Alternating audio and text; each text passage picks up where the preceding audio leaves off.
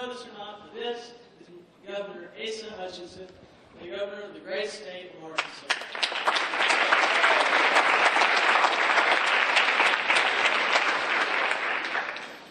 And he came from a place a little farther from here than Hot Springs, Springdale High, if I'm not mistaken. And then he went even further away to South Carolina for your bachelor's at Bob Jones University. After that, he returned to Arkansas, to the University of Arkansas for his law degree before entering politics. And law. Thought I might mention that. But now he's been working to help high schools throughout the state get into coding, because coding is becoming a part of all of our lives, whether you know it or not. It's in your phones, it's in the computers, it's in everything designed to make, well, maybe not this school, but any new school. So it's something that's definitely touching all of your lives, and he realizes that, as do his assistants, and they see that if you don't understand what goes into making these items, then you'll never be able to find a job in the future America. So with that said, please help me introduce and welcome Governor Asa Hutchinson.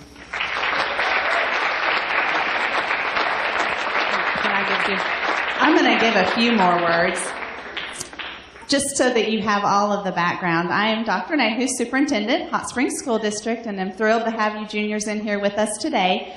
Before being elected as the 46th governor of Arkansas in January of 2015, Governor Hutchinson served as Director of the Drug Enforcement Administration and as the first Undersecretary of the Department of Homeland Security.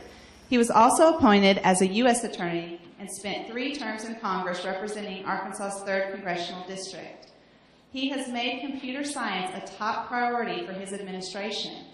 During his first year as governor, he signed legislation making Arkansas the first state to require all public high schools to offer computer science education. Now in his 3rd year in office, Governor Hutchinson continues to encourage young people to study computer science, in part through his coding tour and the governor's all-state coding competition. He and his wife have been married 44 years. They have 4 children and 6 grandchildren. And now we're going to turn it over to Governor Hutchinson. Thank you, Stephanie. Listen, it's great to be with you at Hot Springs High School. Thank you for the introduction, and thanks for arranging. So I understand I have 11th graders here. Thanks for taking off from class and coming in here to the governor for a minute. And this is my 5th coding tour through Arkansas high schools. I've been to over 50 Arkansas high schools promoting computer science education since I became governor. And so I'm setting the stage for it. A little bit more about myself. I did go to high school in Springdale, but before that, I was going to grade school in Gravette, a small town of about 1,000. And I lived 3.5 miles outside of town, half mile down a dirt road, on a farm with my mom and dad, and I actually had 5 older brothers and sisters. I was the youngest of 6. My dad and mom, they both had a high school education, and they understood one thing, though, and that was the importance of having their children go as far as they could in school. And so they didn't know the path to college, but they knew we ought to get there somehow. And so they helped us, got through education. It's made a real difference in my life. And I've had many opportunities. I love listening to my introduction because it always just talks a lot about the highlights. You'll always need to remember that. When you hear these introductions, I was the youngest U.S. attorney in the nation. I was elected to the United States Congress. I was appointed by President Bush and his administration, and I got elected governor of Arkansas. Now, what that doesn't tell you is that I lost my first political race in 1986 for the United States Senate. I lost my second political race when I ran for Attorney General. So there's a lot of downs that the bios don't tell you. And that's really important to understand, that as you go through life, you know, in the end, you like to see that line of moving up and success, and you can have that with hard work, with education and commitment, but there's always those little downturns. And those are just as precious. You learn a lot from those as well. And so I've had great opportunities in life because of education. Now, my interest in technology, you mentioned my grandchildren. Now, I've got one grandson that is 6'6", and he's playing basketball for Bentonville, so look out this year in the state tournament. I have another granddaughter who's was 11 when I ran for governor. And my granddaughter, Ella Beth, decided she was going to work with her dad, and she learned enough coding just over the summer, working with her dad from ibuildanapp.com. It's a website. And she built me an app for my campaign that allowed anyone to download the app on their mobile phone. They could contribute to my campaign. They could volunteer on my campaign. I said, wow, my 11-year-old granddaughter did this.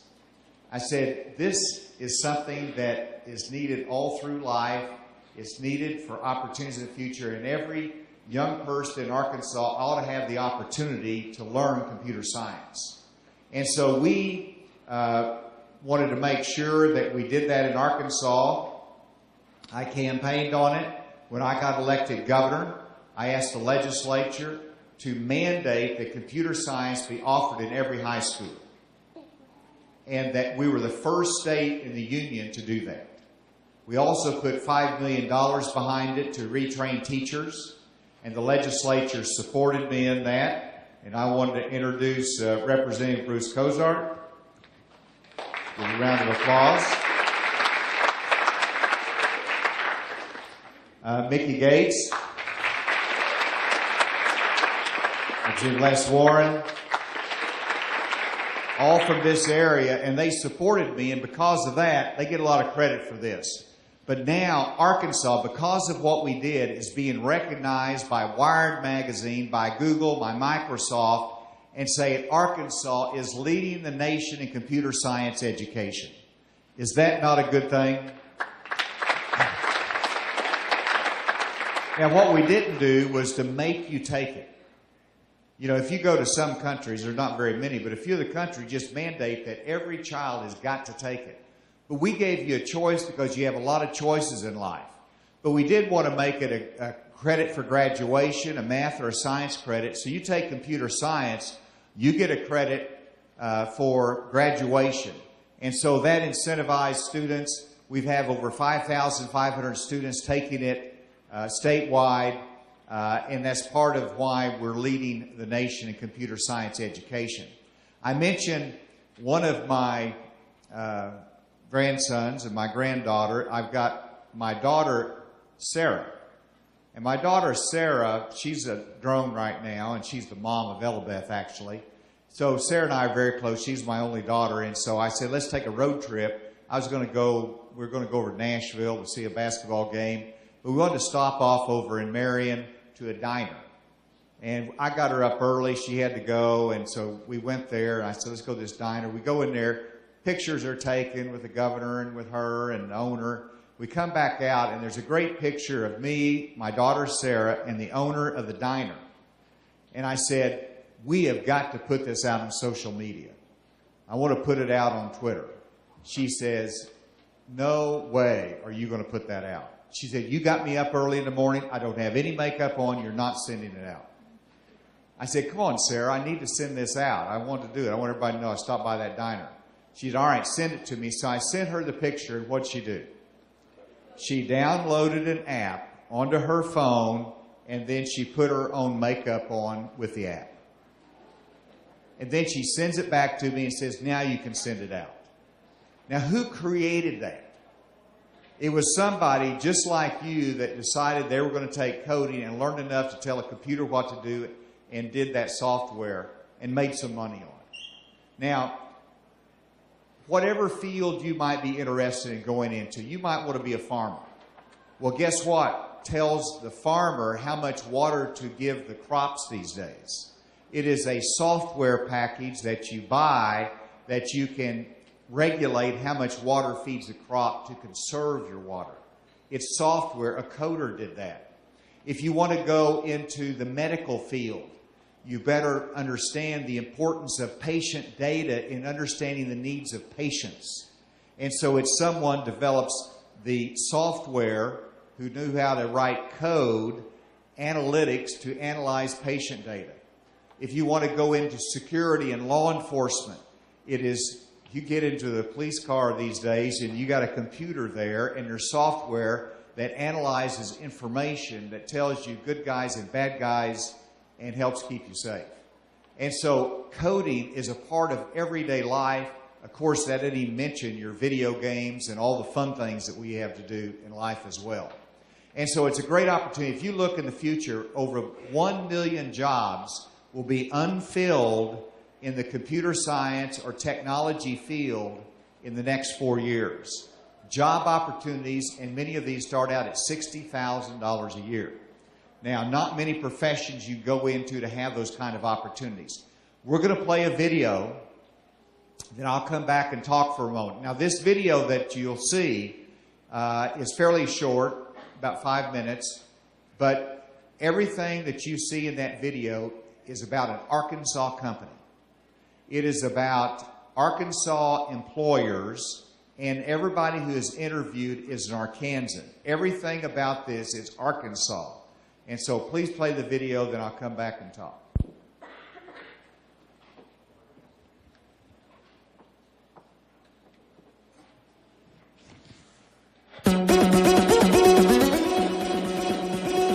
Coding is what makes all the gadgets and the apps that we use work.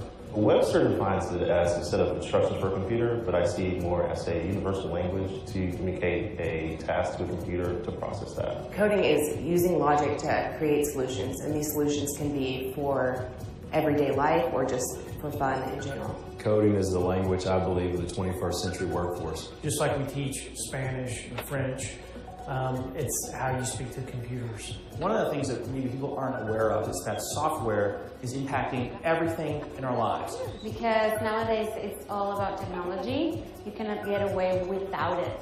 At some point, that's going to break. And so you'll always know that there's going to be problems to solve, and there's always going to be something new coming down the pipe. People hear that I'm a computer programmer, their eyes either light up or they feel intimidated. And at the end of the day, it's really just like mathematics, just a few additions, multiplications, and subtractions.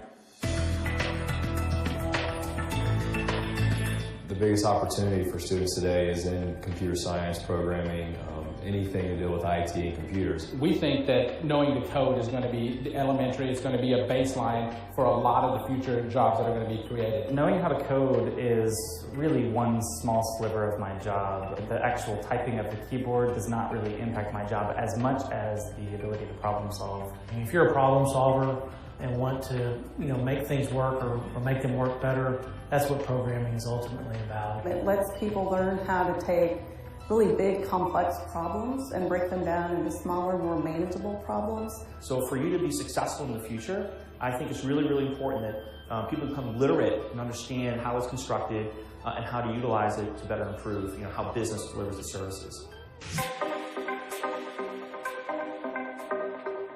What's cool about coding jobs is people from every background can come together and share their ideas, and they're important. There's a lot of camaraderie, so you're usually working with a couple of people to bring something to life. And then the great thing about that is that when you do bring it to life, it actually gets put into production. My job allows me to work from home whenever I want. I can work from any city I want, really, as long as I've told people where I'm going to be. We've got people who enjoy coming to the office every day, and that's what they choose. We have some people who I'm not even sure where they are. They've gone on walkabout or nomadic. And every time I hear about, where this person's at, they're in a different city, and they're able to do their job from Matova literally from anywhere. No one ever told me that would be a possibility when I was younger, and now I get to travel and work wherever I want. I think that there's something about the work environment in a software company that's different than maybe the rest of the corporate world. We have to compete with the Facebooks and the Googles and the Amazons for talent. Part of the culture of programming is the fun. Our work culture here at JB Hunt is a lot of fun, which is something that people may not expect in a large company. We have an open environment. It encourages collaboration amongst our teams. We have outdoor picnic tables. We play ping pong whenever there's high stress moments, which kind of brings the level down. If you're in a coding job, that is one of the first places that I know of that you can dress as casually as you like. We have a real casual environment. You can see no one's in a suit and tie here, so just kind of come as you are. Every now and then we'll have some Nerf wars in the office to blow off some steam. And it's the cookouts and the burgers and the hot dogs and the things that we try to do on a weekly, if not daily basis that makes it fun to come to work. It's not even like work. You're just coming out to hang out with your friends. Coding is really for everybody, and There's not a demographic that it is specific to. It's for anyone who wants to have ideas to make things better. Innovation comes in different ways. And I think different perspectives, different point of views are only going to help with innovation. When you give students the opportunity to learn in this hands-on IT high-tech environment, it appeals to all students. When I graduated from the University of Arkansas, there were very few women in my field. And now I think that has definitely changed. And I think it's because technology spans so much more than people realize. I would encourage girls to learn how to code because nowadays it's very important to break a lot of barriers that there are out in this world. Do not be afraid of the industry itself. It's a very exciting, fast-moving industry and with a lot of potential. I would study in the computer science IT field because 1, opportunities, 2, opportunities, and 3, opportunities. We are actually creating the future. We are working with technologies and talking to clients who are building things that don't even exist today, that the general public does not even know are even coming. I think anytime a young person can take a coding class, they definitely should. Just knowing what it takes to make something happen in this world of technology is essential. If you have the ability, the offering to take any of the computer science courses, it just gives you that one extra, leg up on so many people that aren't offered those classes in other states.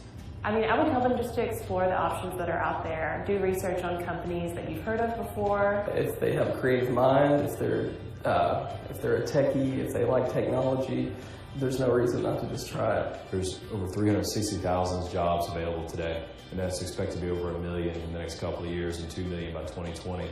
So if you have these skills, there is a job opportunity for you.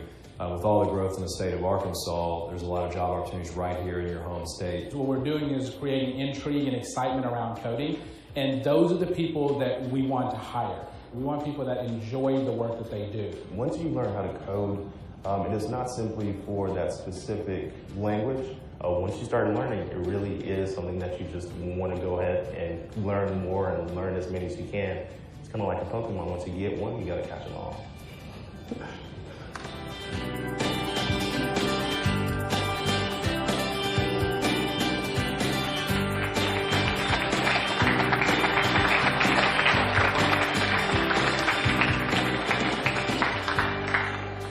Arkansas companies, after I got elected governor, I was invited to go out to Silicon Valley. That is that strip of land between San Francisco and San Jose that all the tech giants are there. Microsoft, there's Google, there's LinkedIn, there's Facebook, all located there, and I'm knocking on their doors. I'm going to see them. Of course, got appointments arranged. The governor of Arkansas is coming out, and they wanted to hear about our computer science initiative. I started telling them about that, and it didn't take me long to realize, you know what their interest was? They wanted you to learn coding so that you could move out to California. And don't think that's a good idea, it's a bad idea. Going out to California so that you could work for those companies. And I said, people love Arkansas. Let's build technology companies right here so that our talent can stay here, they can make money here, and we're doing that. And so Apogee that was mentioned on there, and you had Elixir. Elixir is a Boston, Massachusetts company that moved to Arkansas that we recruited here, doing a great job, doing software, building it there in Little Rock area. But of course, every company, Walmart right now is competing with Amazon. And they're doing it online through technology, and they need to hire coders. J.B. Hunt, logistics company. Dillard's is a logistics company, even though it's a clothing store. All through it, you've got to have people who understand computer science. And so the job opportunities are there, and we want you to be a part of that. So I encourage you. I want to brag on Hot Springs High School. Last year you had 40 students enrolled. If you were enrolled in computer science last year, raise your hand. All right, if you're enrolled in computer science this year, raise your hand. All right, we have 61 this year, and so that number is growing. Some of them, of course, 10th graders in different grades. But obviously, we got some work to do here, because I hope that you will consider taking computer science while you are in high school. Whether you wind up doing it for a lifetime, that's fine. But just understanding it will make you more employable, will allow you to make a little bit more money, you will understand problem solving even better. Denise Sharp and John Stokes, are they here? They're, I think, the teachers, is that right? They're in class. They're working. All right. Well, I appreciate the work that they're doing. And so I did want to introduce the mayor of Hot Springs. Stand up. Welcome him. He's got a great connection here, and he's supported this effort as well. Now, let me end by just saying that I'll make you a promise. If you take computer science, there'll be a job for you whenever you learn your coding skills right here in Arkansas. There's great opportunity for us. I've never been more optimistic. I've done a lot of things. As governor, I've taken me to Europe and Cuba and China, bringing jobs to Arkansas. But I think nothing impacts our future more than this right here, and that's the opportunity for computer science for our students in the future. Thank you, Hot Springs. It is great to be with you today. With that, I'll turn it back to the principal.